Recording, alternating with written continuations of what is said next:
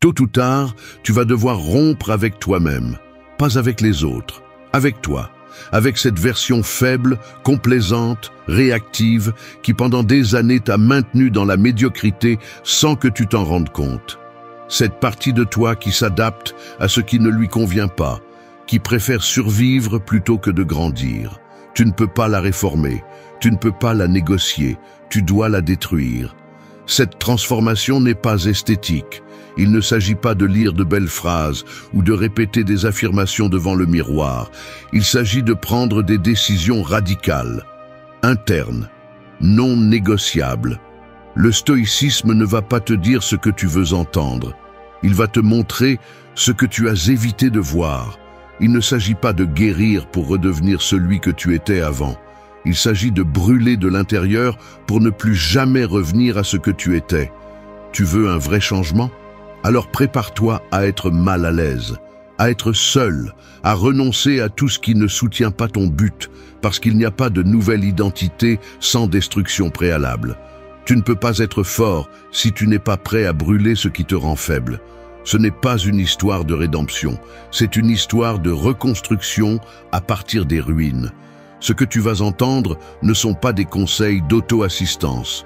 Ce sont des principes stoïciens qui s'appliquent lorsque tu décides d'arrêter de fuir. Quand tu ne veux plus d'excuses, ni de validation, ni de raccourcis. Quand tu comprends que si tu continues à négocier avec tes émotions, tu vas continuer à vivre en pilote automatique. Tu vas rester coincé dans une vie que tu n'as pas choisie, avec un esprit programmé pour le conformisme. Les prochains points ne sont pas faits pour te motiver. Ils sont faits pour te bouger, pour te pousser à la limite, pour que tu prennes une décision. Parce que si tu n'agis pas maintenant, tu vas finir par défendre la vie que tu as juré de changer. Et si cela ne te fait pas peur, alors tu n'es pas encore prêt à laisser derrière toi celui que tu étais. Mais si quelque chose en toi s'est déjà brisé, alors fais attention, parce que cette fois-ci, il ne s'agit pas de s'améliorer. Il s'agit de renaître. 1. Brise ton reflet avant de chercher ta vérité. Imagine un miroir sale, couvert de poussière, de fissures et de taches.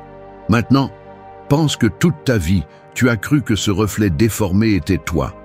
Tu as accepté cette image comme une vérité absolue, alors qu'en réalité, elle n'est qu'une projection de blessures, de peurs, de croyances imposées et de versions que d'autres ont façonnées dans ton esprit. Et le pire, c'est que la plupart des gens ne remettent jamais en question ce reflet. Ils le défendent, le protègent, le décorent, mais ils n'osent jamais le briser. Briser le reflet signifie détruire cette image que tu croyais être, ne pas l'ajuster, ne pas la maquiller, la détruire. Parce que tant que tu continueras à te voir à travers la distorsion du passé, tu ne pourras pas accéder à ta vérité. Et c'est là que le principe stoïcien entre en jeu. Ton identité n'est pas dans ce que les autres disent que tu es, ni même dans ce que tu as répété pendant des années. Elle est dans ce que tu choisis d'être à partir de maintenant, avec des actions, pas avec des souvenirs. Tu n'es pas tes émotions, tes traumatismes, ni ton histoire. Tu es la volonté que tu as aujourd'hui de te réécrire. Le problème, c'est que beaucoup de gens ne veulent pas briser ce reflet parce qu'il leur donne de la sécurité. Même si c'est une image faible, brisée ou conformiste, elle est familière. Et le familier rassure, même quand il te détruit. C'est pourquoi tant de gens répètent des cycles, des relations et des comportements qu'ils savent inutiles. Parce qu'au fond, ils sont tombés amoureux de leur reflet endommagé. Et tant que tu ne te lasseras pas de te voir comme une victime, comme un faible, comme celui qui ne peut pas, tu continueras à protéger cette image. Le stoïcisme t'oblige à tout remettre en question, non pas à partir de l'émotion, mais à partir de la raison. Pourquoi je pense ce que je pense? Pourquoi j'agis comme j'agis? Qui m'a appris à réagir ainsi? Quelle partie de moi continue à obéir à des ordres que je n'ai jamais remis en question? Lorsque tu commences à te poser ces questions, cela dérange. Parce que tu te rends compte que beaucoup de parties de toi ne sont pas nées de ta liberté, mais de ta programmation. Et cela fait mal, mais cela libère aussi. Briser ce reflet ne se fait pas en un jour. C'est un processus de destruction consciente. Chaque fois que tu choisis une réaction différente, chaque fois que tu dis non quand avant tu disais oui par peur, chaque fois que tu prends une décision qui dérange les autres mais qui te met en accord avec toi-même, chacun de ces actes est une fissure de plus dans le vieux miroir, jusqu'à ce qu'un jour, tu ne vois plus ton ancien reflet. Tu vois quelqu'un de nouveau, pas parfait, mais plus réel. N'attends pas de te sentir prêt, n'attends pas d'approbation. C'est quelque chose qui se fait en silence, avec détermination et sans négocier avec l'ancien moi. Parce que si tu attends que tout le monde comprenne ou célèbre, tu tombes dans le même piège. Personne ne va te valider pour avoir rompu avec ce qui te rendait faible. Beaucoup préféreront que tu restes le même que toujours, parce que c'est plus confortable pour eux. Mais tu n'es pas venu pour plaire, tu es venu pour te construire. Le reflet n'est pas la vérité, ce n'est que le résultat de tes répétitions. Et si tu veux une nouvelle identité, alors commence à agir comme cette version dès aujourd'hui, même si tu ne te sens pas encore capable. Parce que l'action soutenue façonne l'identité, pas l'émotion passagère. Alors brise le miroir, ne le nettoie pas, ne l'ajuste pas, brise-le. Et quand tu le feras, tu comprendras que ta vérité a toujours été derrière cette image, attendant d'être libérée. 2. Embrasse la solitude comme ton premier acte de pouvoir. Beaucoup parlent de transformation, de changement, de devenir plus fort, mais peu comprennent que le premier pas vers cette version renouvelée ne se fait pas entouré de foule ni au milieu du bruit. Il se fait dans la solitude. C'est là, quand le silence t'enveloppe et que personne ne t'applaudit ni ne te sauve, que tu commences à te connaître vraiment. Imagine que ton esprit est comme une pièce. Plus tu mets de gens dedans, moins tu as d'espace pour toi. Et quand enfin tout le monde part, tu te retrouves face au vide. C'est le test. Ça te dérange? Bien. Ce malaise est la porte d'entrée. La société nous a fait craindre d'être seuls. On nous a appris à chercher constamment la validation, la compagnie même si elle est toxique, les distractions pour ne pas penser. Mais le stoïcisme propose tout le contraire. Seul celui qui apprend à être avec lui-même sans désespérer a la capacité de construire quelque chose de solide. Parce que la solitude n'est pas une absence, c'est un espace. Et cet espace est où ta structure interne est reconfigurée, où tu questionnes, nettoies, décides. Tu ne peux pas te transformer si tu restes accroché aux besoins de compagnie. La plupart des gens ne veulent pas lâcher prise parce qu'ils confondent être seul avec être incomplet. Mais la vérité est que tant que tu dépends des autres pour te sentir complet, tu resteras faible. Le véritable pouvoir naît lorsque tu comprends que tu n'as besoin de personne pour te valider, que ton chemin n'a pas besoin d'être compris par tout le monde, et que marcher seul n'est pas un signe d'échec, mais de clarté. Les stoïciens savaient cela. L'autosuffisance n'est pas l'isolement émotionnel, c'est l'indépendance du chaos. Celui qui n'ose pas être seul ne découvrira jamais ce qui lui fait vraiment mal, ni ce qu'il veut vraiment. Parce qu'il y a des choses qui n'apparaissent que lorsque tout le superficiel s'en va. Et oui, au début, ça fait mal. Ça fait mal de voir la dépendance, les insécurités, les masques que tu portais pour te sentir parti. Mais cette douleur est un processus de nettoyage. Tu ne peux pas construire une nouvelle identité sur des fondations contaminées. Et la solitude est l'outil qui permet de démolir le faux. Embrasse la solitude non pas comme une punition, mais comme une épreuve de feu. Un espace où tu ne fuis pas, mais où tu fais face. Où tu ne cherches pas le bruit, mais la clarté. Parce que c'est dans ce silence que les décisions les plus importantes prennent forme. Tu ne décides pas de changer alors que tu es entouré de voix contradictoires. Tu décides de changer quand tu n'entends que ta voix intérieure et que tu en assumes la responsabilité. Il y a des gens qui ne parviennent jamais à changer parce que leur environnement agit comme une prison déguisée. Et tant qu'ils ne s'en éloignent pas, ils ne verront pas les barreaux. Si tu es entouré de distractions, de conversations vides, de liens qui te soutiennent seulement parce que tu as peur d'être seul, alors tu ne grandis pas, tu survis. Et cela a un prix, ta liberté. Tu n'as pas besoin de devenir un ermite ni de couper les liens avec tout le monde. Ce dont tu as besoin, c'est d'une solitude consciente, stratégique, forte, un espace réservé pour t'écouter avec une brutalité honnête. C'est là que le caractère se forge, c'est là que naissent les décisions fermes. Et là, dans ce vide apparent, tu trouveras ton noyau. Embrasser la solitude n'est pas une étape, c'est un outil que tu devras utiliser plus d'une fois sur ton chemin. Parce que plus tu montes haut, plus tout devient silencieux. N'aie pas peur de ce silence, sois reconnaissant, parce que c'est dans ce silence que naît la véritable force. 3. Incinère ton histoire pour écrire ton destin. Un serpent, lorsqu'il ne mue pas sa peau, meurt lentement. Ce qui l'a autrefois protégé, avec le temps devient un piège. Cette vieille peau, si elle n'est pas éliminée, pourrit, se fissure, devient une prison. Il en va de même pour ton histoire. Les souvenirs qui t'ont autrefois aidé à te comprendre peuvent maintenant être le même poison qui t'empêche d'avancer.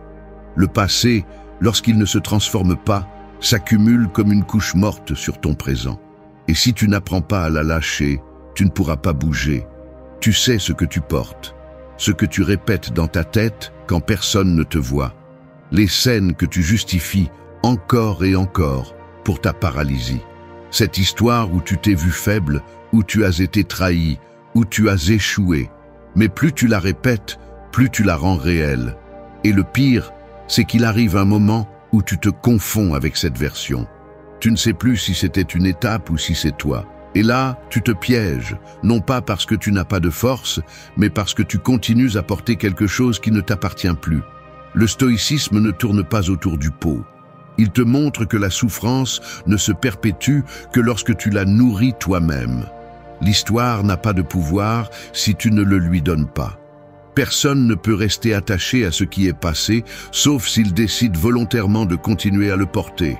Et c'est ce que tu fais chaque fois que tu utilises ton histoire pour justifier ton inaction, pour justifier ta peur, ton désordre, ton manque d'engagement. Mais cette justification n'est pas vraie, c'est de l'attachement. C'est la peur de lâcher la vieille peau sans savoir qui tu seras après. Quand tu décides d'incinérer ton histoire, tu n'effaces pas ce que tu as vécu. Tu revendiques le droit d'écrire quelque chose de nouveau.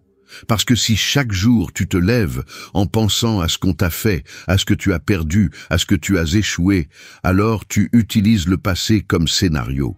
Et chaque acte que tu poses est conditionné par quelque chose qui n'existe plus. Tu ne peux pas changer ton destin si tu n'oses pas mettre le feu à ce que tu n'es plus. C'est aussi clair que ça, aussi cru que ça. Beaucoup s'accrochent à la douleur parce qu'elle leur donne une identité. Parce qu'il est plus facile de dire « je suis comme ça à cause de ce qui m'est arrivé » que de dire « aujourd'hui, je choisis quelque chose de différent et j'en prends la responsabilité ». Mais le deuxième chemin est le seul qui transforme, le seul qui coupe le cycle, le seul qui te permet de regarder vers l'avant sans traîner des chaînes invisibles. Quand tu brûles ton histoire, tu brûles aussi les excuses. Tu te dénudes. Et dans ce vide, tu peux enfin construire à partir de zéro. Plus à partir de ce que les autres attendent, ni de ce que tu étais avant, mais de la version que tu veux être maintenant. Mais cette version a besoin d'espace. Et cet espace n'apparaît que lorsque tu arrêtes de vivre dans l'ancien. Ce n'est pas facile, je le sais. Tu vas avoir peur, tu vas douter, tu voudras regarder en arrière. Mais chaque fois que tu le fais, souviens-toi de ceci. Le serpent ne rentre pas dans sa vieille peau, parce que s'il le fait, il meurt, et tu ne peux pas non plus continuer à revenir à ce que tu n'es plus. Si tu veux vraiment un nouveau destin, mets le feu, et ne regarde pas en arrière. 4. Fais de ton feu intérieur ton nouveau lieu de repos. Le volcan le plus puissant n'est pas celui qui fait le plus de bruit, c'est celui qui contient son feu sous contrôle. Il n'explose pas, il ne se déverse pas, il le transforme en force interne, en terre fertile, en pouvoir latent. C'est ainsi que doit être ton feu intérieur, non pas comme un cri désespéré, non pas comme une réaction débordante, mais comme un état profond d'énergie contenue, concentrée, dirigée. Ce feu est ton nouveau foyer, Tu n'es plus ici pour chercher la paix à l'extérieur. Tu es ici pour apprendre à vivre avec ta propre intensité, sans te brûler. Depuis notre plus jeune âge, on nous a appris à calmer l'émotion, à fuir le conflit, à éteindre le feu. On nous disait que la colère était mauvaise, que le désir était dangereux, que l'inconfort devait être évité. Mais ce que personne ne t'a dit, c'est que ce feu peut aussi être ton allié. Le problème n'est pas ce que tu ressens, c'est de ne pas savoir quoi faire avec ce que tu ressens. Et c'est là que le stoïcisme entre en jeu. Il ne te demande pas de réprimer tes émotions, il te demande de les domestiquer, de prendre la fureur et de la transformer en élan, de prendre la douleur et de la transformer en clarté, de prendre la frustration et de l'utiliser comme carburant pour ton but. Ton feu intérieur, lorsqu'il est désordonné, détruit. Mais quand tu le diriges, il construit. Et cela ne s'apprend pas du jour au lendemain. C'est inconfortable. Cela exige de la discipline. Cela exige que tu arrêtes de justifier tes explosions en disant « c'est comme ça que je suis » et que tu commences à t'observer comme quelqu'un qui observe un volcan de l'intérieur, avec respect, avec conscience, en comprenant que l'intensité que tu portes en toi n'est pas une faiblesse, c'est un pouvoir mal entraîné. Les hommes et les femmes qui parviennent à changer leur vie ne sont pas ceux qui éteignent leur feu, mais ceux qui font de leur feu leur temple. Ceux qui, au lieu de fuir l'inconfort, en font une routine. Ceux qui, au lieu de chercher du réconfort à l'extérieur, se retrouvent avec leur propre flamme et apprennent à vivre avec elle. Parce que lorsque tu fais de ton feu ton lieu de repos, le chaos ne te fait plus peur. Tu t'habitues à penser avec de la chaleur dans l'esprit, mais avec du froid dans les décisions. À bouger avec intensité, mais sans désespoir. Ce point n'est pas de la poésie, c'est un avertissement. Si tu ne te fais pas ami de ton feu, tu seras esclave de tes impulsions. Et une impulsion mal dirigée peut te coûter toute une vie. Combien de décisions as-tu prises dans la colère et ensuite tu as regretté? Combien de fois as-tu laissé ton feu te consumer parce que tu ne savais pas comment le canaliser? Le stoïcisme le rend clair. Tu n'es pas libre tant que tu ne maîtrises pas ton intérieur. Et cela ne se fait pas en supprimant ce que tu ressens. Cela se fait en décidant comment l'utiliser. Tu vas avoir des jours de colère. Tu vas ressentir de la frustration. Tu vas éprouver des désirs intenses. Et c'est normal. C'est une partie de ta nature humaine. Mais ce qui fera la différence, ce n'est pas que tu ressentes ou non. C'est ce que tu fais avec ce que tu ressens. Tu peux construire une nouvelle vie à partir de ce feu, ou tu peux répéter les mêmes erreurs par manque de courage à regarder à l'intérieur et à mettre de l'ordre. Fais de ton feu intérieur ton refuge, pas ton châtiment. Que lorsque la vie te pousse, tu ne perdes pas le contrôle. Que lorsque tout s'effondre à l'extérieur, tu ne trembles pas à l'intérieur. Parce que si ton feu est avec toi, alors tu n'as besoin de rien d'autre. Tout le reste peut échouer, mais pas toi. Parce que tu as l'énergie, la colère, la passion et la concentration brûlant à l'intérieur. Silencieux, ferme, imparable. C'est là que commence la véritable transformation. C'est là que commence la nouvelle identité. 5. Interroge chaque pensée comme si elle était une traîtresse. Un château peut être impénétrable de l'extérieur, mais s'il y a un espion à l'intérieur, il est condamné dès le début. Il en va de même pour ton esprit. Tu peux t'efforcer, travailler dur, montrer de la force face au monde, mais si tu permets à certaines pensées de vivre dans ta tête sans être remises en question, elles te renverseront de l'intérieur. Et le pire, c'est que beaucoup de ces pensées ne sont pas arrivées par choix. Elles se sont infiltrées. Elles ont été semées depuis l'enfance, depuis les blessures, depuis les voix des autres, et si tu ne les arrêtes pas, elles te trahissent chaque fois que tu essaies d'avancer. Le problème, c'est que la plupart des gens ne les remettent pas en question. Ils les acceptent, ils les répètent, ils les prennent pour des vérités absolues, simplement parce qu'elles leur sont familières. Je ne suis pas assez. Je vais échouer encore une fois. Ce n'est pas pour moi. Mieux vaut ne pas essayer. Des phrases déguisées en réalité, mais pleines de poison. Chaque pensée que tu acceptes sans examen peut te coûter des opportunités, des relations, des décisions. Parce que ce que tu penses, sans t'en rendre compte, tu finis par le transformer en guide. Et si ton guide est un traître, ton chemin sera un sabotage déguisé en logique. Le stoïcisme ne cherche pas à ce que tu ne penses pas, il cherche à ce que tu penses clairement. Que chaque pensée qui apparaît soit interrogée comme si tu ne lui faisais pas confiance. D'où vient cette pensée que j'ai? Est-elle mienne ou est-elle une répétition héritée? Cette pensée me renforce-t-elle ou m'affaiblit-elle? Si tu ne poses pas ces questions, tu marches les yeux bandés et tu fais confiance à un esprit que tu n'as pas nettoyé. Il ne s'agit pas de penser positivement. Il s'agit de penser avec précision, de prendre le contrôle du filtre que tu utilises pour interpréter ce qui t'arrive.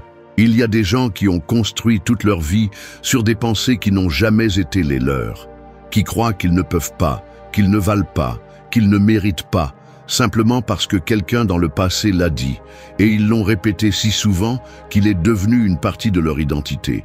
Mais ce n'est pas une identité, c'est de la programmation.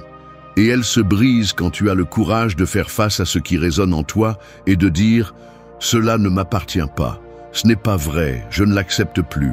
C'est inconfortable au début, parce que tu vas découvrir que beaucoup de tes réactions automatiques, tes insécurités, ton anxiété, proviennent de pensées que tu as laissées grandir sans contrôle. Mais c'est aussi libérateur, parce que lorsque tu les identifies, elles ne commandent plus. Elles n'agissent plus comme des ombres invisibles qui te freinent. Elles sont exposées, elles sont vues, elles sont affaiblies. Et tu récupères le pouvoir que tu avais donné sans t'en rendre compte. Chaque fois qu'une pensée te dit que tu ne peux pas, que ça ne vaut pas la peine, que c'est trop tard, affronte-la, ne l'ignore pas, ne la couvre pas. Regarde-la en face, demande-lui qui l'a mise là, et si la réponse ne te convainc pas, jette-la.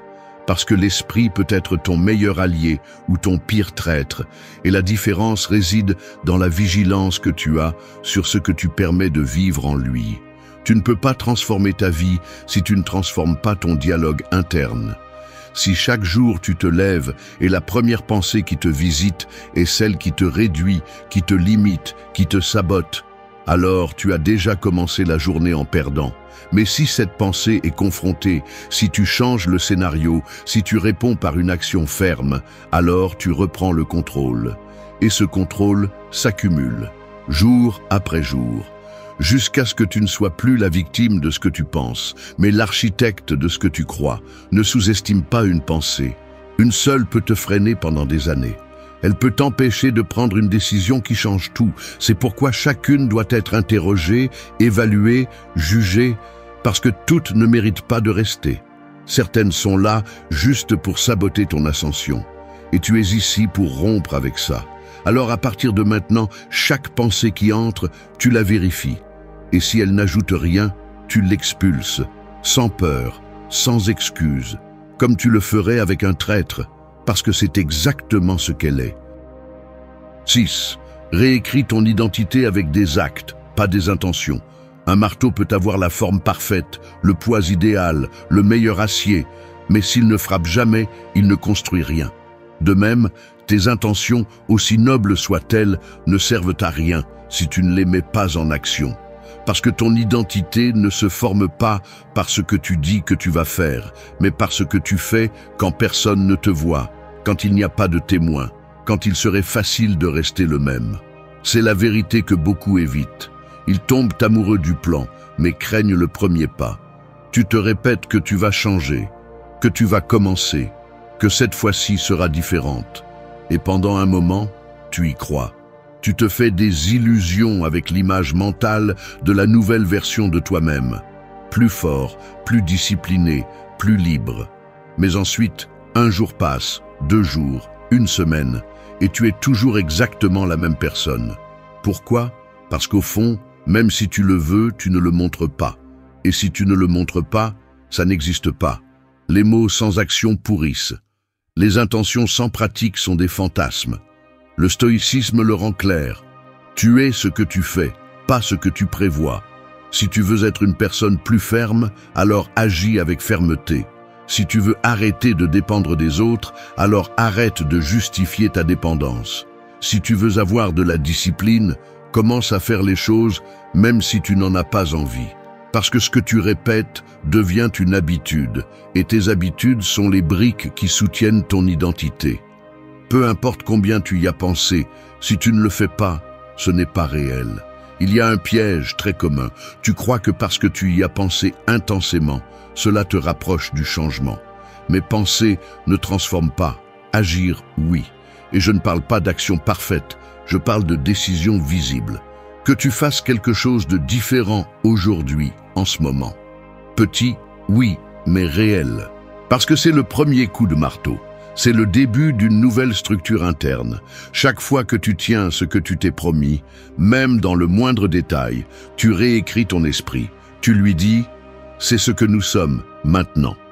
Et l'inverse est également vrai. Chaque fois que tu dis que tu vas faire quelque chose et que tu ne le fais pas, tu renforces l'ancienne identité. Celle qui procrastine, celle qui promet mais ne tient pas, celle qui parle bien mais agit avec peur. Et cette version ne te mènera nulle part. C'est cette version que tu veux justement laisser derrière toi. Mais elle ne part pas avec des souhaits, elle part avec des faits. Les personnes que tu admires, celles qui semblent implacables, ne le sont pas parce qu'elles ont plus de chance ou moins de peur. Elles le sont parce qu'elles ont décidé d'agir même avec peur. Parce que chaque jour, quand personne ne les obligeait, elles ont tenu. Même si c'était difficile, même si elles échouaient parfois, elles se sont relevées et l'ont fait à nouveau. Et avec chaque acte, leur esprit a compris qu'elles n'étaient plus qui elles étaient avant.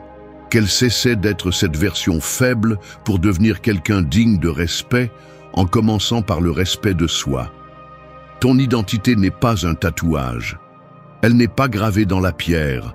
Elle est malléable. Et c'est la chose la plus puissante que tu peux comprendre. Tu peux changer qui tu es, mais tu ne le feras pas à partir de l'émotion. Tu le feras à partir de la discipline, du mouvement, de la cohérence entre ce que tu dis et ce que tu fais. Parce que quand il y a cohérence, il y a du pouvoir. Et ce pouvoir est celui qui te soutient même les jours où tout semble contre toi. Alors, arrête de dire qui tu vas être. Commence à l'être. Pas avec des discours, avec des actes. Frappe le premier clou. Fais le premier pas. Fais-le inconfortable, mais fais-le. Parce que chaque action compte. Chaque acte construit. Et chaque jour où tu tiens ce que tu as dit, c'est un jour de moins où tu es esclave de ton ancienne identité. C'est un jour de plus où tu te transformes en ce que tu mérites d'être. 7. Telles les voies qui sabotent ton ascension. Un escalier peut être solide, sûr, bien construit. Mais si quelqu'un te crie du bas que tu n'es pas capable, que tu vas tomber, que tu n'es pas fait pour monter et que tu l'écoutes, alors les pas ne s'arrêtent pas à cause de la faiblesse physique, ils s'arrêtent à cause de la pollution mentale. C'est ainsi que fonctionnent ces voies. Certaines viennent de l'extérieur, d'autres vivent déjà en toi. Mais toutes ont le même objectif, t'empêcher de monter. Qu'ils te gardent exactement là où tu es, confortable, prévisible, docile, la tête baissée. La réalité est la suivante. Tu ne pourras jamais te transformer si tu continues à prêter attention à chaque critique, à chaque jugement, à chaque regard qui remet en question ta croissance. Parce que grandir dérange. Parce que lorsque tu t'élèves, les autres sont forcés de se regarder. Et tout le monde n'aime pas ce qu'il voit. Certains voudront te ramener à l'ancienne version de toi, celle qui leur semblait plus facile à gérer. D'autres projettent simplement leur peur et la déguisent en conseil. Ils te diront d'être réaliste, de ne pas t'éloigner, de ne pas trop changer. Mais ils ne parlent pas de toi, ils parlent d'eux. Le stoïcisme enseigne que l'extérieur n'a de pouvoir que si tu décides de le lui donner. Qu'aucun jugement ne peut te blesser si tu ne le prends pas pour une vérité. Et cela s'applique aussi aux voix intérieures, parce que souvent, tu n'as plus besoin que quelqu'un de l'extérieur te sabote. Tu as appris à le faire tout seul. Avec cette voix qui dit que tu n'es pas assez, que tu n'y arriveras pas, que tu ferais mieux de te contenter. Cette voix n'est pas la tienne, c'est un héritage. Et si tu ne la remets pas en question, elle te dirigera comme un marionnettiste invisible. Pour grandir, tu as besoin de silence, mais pas le silence de l'environnement, le silence intérieur. Celui où les doutes ne deviennent pas des ordres, où la peur ne se déguise pas en logique. Cet espace mental où tu décides quelle pensée reste et laquelle part. Parce que si tu ne nettoies pas ton esprit, tout ce que tu construis s'effondrera de l'intérieur. Les voix ne s'éteignent pas avec des cris, elles s'éteignent avec la décision, avec la direction, avec des actes fermes qui démontrent qu'elles ne commandent plus. Il ne s'agit pas d'ignorer tous les conseils, il s'agit de savoir filtrer. Cette voix me pousse-t-elle ou me retient-elle? Me défie-t-elle ou m'écrase-t-elle? Vient-elle de l'amour ou de la peur? Et si elle n'ajoute rien, tu la tais, sans drame, sans explication. Parfois, la réponse la plus puissante est le silence qui ne réagit pas, qui ne joue pas le jeu, qui n'a pas besoin de se défendre parce qu'il a déjà choisi son chemin. Beaucoup perdent de la force parce qu'ils discutent avec chaque critique, parce qu'ils essaient de convaincre ceux qui ne les comprendront jamais. Mais cet effort épuise, et cet épuisement te détourne. Plus tu dépenses d'énergie à te justifier, moins tu as d'énergie pour construire. Alors laisse-les parler, laisse-les douter, laisse-les donner leur avis. Tu n'es pas ici pour plaire, tu es ici pour monter. Et pour cela, tu as besoin de te concentrer sur l'essentiel, ta mission, ta transformation, ta vérité. Quand tu tairas ces voix, tu remarqueras quelque chose. Ton énergie change, ta clarté augmente, ton pas devient ferme, tu ne traînes plus de jugement, tu ne portes plus de culpabilité. Tu montes, avec détermination, avec direction. Et le plus important, en paix. Parce que la paix n'est pas l'absence de conflit, c'est la présence de but. Et le but ne crie pas, le but chuchote. Mais tu ne peux l'entendre que si tu tais le bruit de ce que tu n'es pas. Alors à partir d'aujourd'hui, chaque fois qu'une voix essaiera de saboter ton avancement, rappelle-toi ceci, tu n'as pas à lui répondre, tu as juste à avancer. Que ton ascension soit la réponse, que ta transformation parle pour toi, parce que les voix qui te confondaient auparavant cesseront d'avoir du pouvoir quand elles ne vivront plus en toi. Et quand cela arrivera, rien ne pourra t'arrêter. 8. Construis une routine qui te soutienne quand tout le reste s'effondre. Pense à un bâtiment au milieu d'un tremblement de terre. Peu importe à quel point il est beau de l'extérieur, si sa structure interne n'est pas solide, il tombera. C'est ainsi que fonctionne ta vie. Tu peux avoir des objectifs, de la motivation, voire des moments de clarté. Mais si tu n'as pas une routine solide pour te soutenir, n'importe quel coup émotionnel, n'importe quel changement inattendu ou n'importe quelle baisse mentale te fera s'effondrer. La routine est ce qui reste debout même quand tu ne peux pas. C'est le système qui ne négocie pas avec tes émotions, celui qui agit quand tu hésites. Le problème, c'est que beaucoup n'agissent que lorsqu'ils se sentent bien. S'ils ont de l'énergie, ils le font. S'ils sont de bonne humeur, ils s'acquittent. S'ils sont motivés, ils avancent. Mais dès que quelque chose se gâte, ils abandonnent tout. Parce qu'ils ont tout construit sur un état émotionnel et non sur une structure. Et c'est là l'erreur. Tu ne peux pas laisser ton progrès dépendre de ce que tu ressens. Il doit dépendre de ce que tu as décidé, de ce que tu sais que tu as besoin, pas de ce que tu veux à ce moment-là. Le stoïcisme est clair. Ce qui est répété se renforce. Et une routine bien conçue est l'entraînement quotidien de ton caractère. Il ne s'agit pas de te remplir d'activités vides. Il s'agit d'avoir une discipline minimale, mais inébranlable. Un ensemble d'actions qui sont exécutées tous les jours, peu importe s'il y a du chaos à l'extérieur, si ton esprit est fatigué ou si ton environnement ne coopère pas. Parce que ces actions, aussi petites soient-elles, sont les piliers de ta nouvelle identité. Une routine solide n'est pas une prison, c'est une armure. Elle te protège du chaos, elle te rappelle qui tu es quand tout autour de toi essaie de te confondre. Et le plus important, elle te donne une direction. Au milieu d'une tempête, tu n'as pas besoin de te sentir bien. Tu as besoin de bouger. Tu as besoin d'avoir une idée claire de ce qu'il faut faire. Et si ta routine est bien construite, tu n'auras pas à trop réfléchir. Juste agir. Les personnes les plus fortes n'improvisent pas leur stabilité. Elles la construisent, jour après jour. Et quand le coup arrive, elles ne tombent pas parce que leur esprit est indemne, mais parce que leur routine ne s'arrête pas. La routine continue, et en continuant, elle ramène l'esprit vers l'ordre. C'est la clé. Ta routine te discipline même quand ton émotion te trahit. Ta routine te sauve quand tout le reste échoue.